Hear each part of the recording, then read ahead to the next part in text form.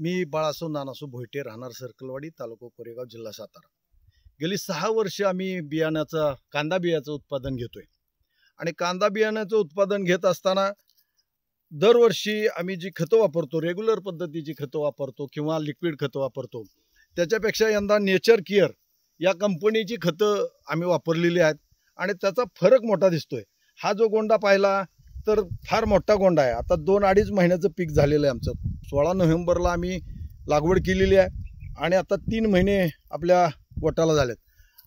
गेल्या वर्षीपेक्षा मोठा गोंडा झालेला आहे आणि जी उंची आहे गोटाची ती माझ्या माहितीप्रमाणे अर्धा फुटानं वाढलेली आहे। त्याला कारण एकच आहे की खतं जी वापरले ती सुपर व्हरा सुरुवातीला वापरलं एकरी 1 लिटर, त्याच्यानंतर आम्ही 10-34-0 खत नेचर केअरचंच वापरलं आणि 0-24-24 हे खत अतिशय चांगल्या पद्धतीचं आहे।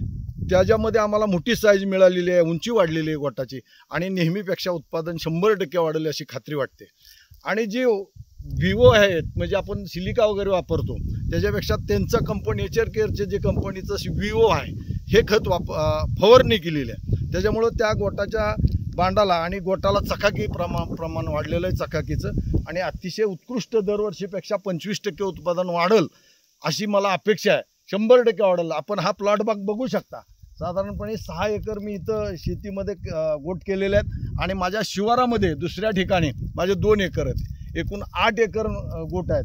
अपेक्षित उत्पन्न दरवर्षी साधारण 4.5 क्विंटल निघतं, 5 क्विंटलपर्यंत एकरी निघतं, पण यावर्षी 6 क्विंटल 100% निघेल अशी आत्ताची परिस्थिती आहे। भविष्य कसं आहे बघूया, त्याला हवामान आहे, पाऊस आहे, अमुक आहे तमुक आहे, त्या गोष्टी पुढच्या आहेत, पण आजच्या दृष्टीनं जर बघितलं तर 100% एकरी 6 क्विंटल बियाणं नेचर केअरची औषधं वापरल्यामुळं किंवा खतं वापरल्यामुळे मिळेल अशी मला स्वतःला खात्री वाटते।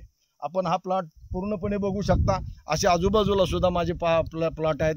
मी शेती गेले 6 वर्ष झालं हे करतोय कांदा बियाची आणि स्वतःच विक्री करतोय, खात्रीशीर बियाणं म्हणून स्वतःच त्याची विक्री करतोय आणि मला मोठा प्रतिसाद आहे। नाशिक जिल्ह्यामध्ये, MP मध्ये आहे, इंदूरला माझं बियाणं जात आहे, कर्नाटकामध्ये बियाणं जात आहे आणि यावर्षी तर 100% चांगलं टचटचीत बियाणं तयार होईल अशी मला खात्री वाटते। धन्यवाद।